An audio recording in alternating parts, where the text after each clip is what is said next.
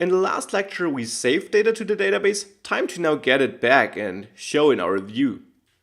To do so, I'll go to the get route, which is the route rendering our page. And here, I now want to access my database and get something. Now, when we created a user, we created a new user with the new user command here with the constructor. How do we retrieve data from the database?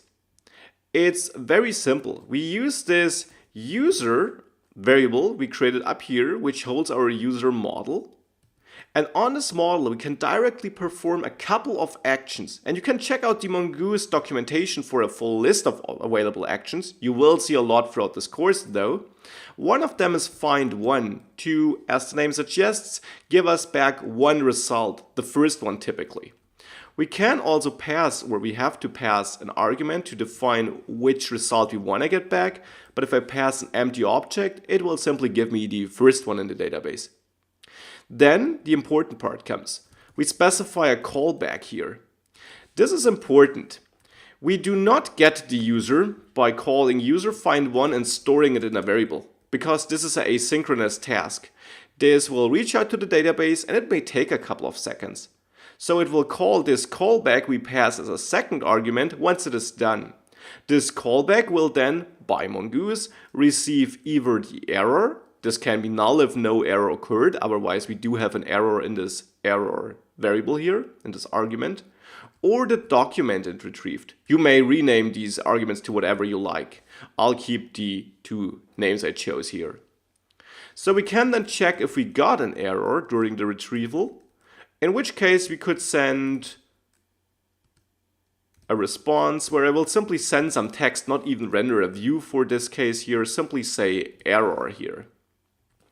If we haven't got an error, and important, have the return keyword here, otherwise code execution would continue even though you already sent the response. This is not what you want.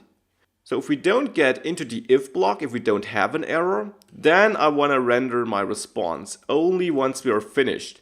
So not outside of this callback, this is important. We would render the view before this task here finished, so do it inside of the callback.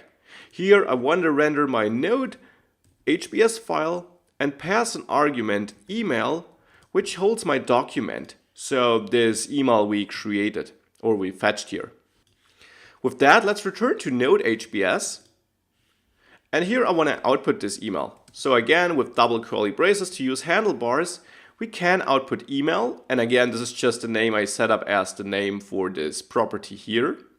And this should give us this single email. Now let's restart the server since we made some changes here and then reload this page. Looks good. We're fetching the full object here, though I only wanted to get the email. So in order to do that, I can access doc and then simply email, since this is the name of this field, since we configured it to be like this in this user model, or in the schema for the model to be precise. With that, if I restart the server again and reload again, now we're only outputting the email we created, and this is how we can access it in the database. This is generally how we can fetch data from the database. Key takeaway here, use any method to fetch data directly on the model and then use it in this callback, including the rendering of responses. If you execute any code outside of this callback here, you won't have access to the data fetched because it is not there yet. This is important to understand here, and as all the other things, you will see this a lot throughout this course.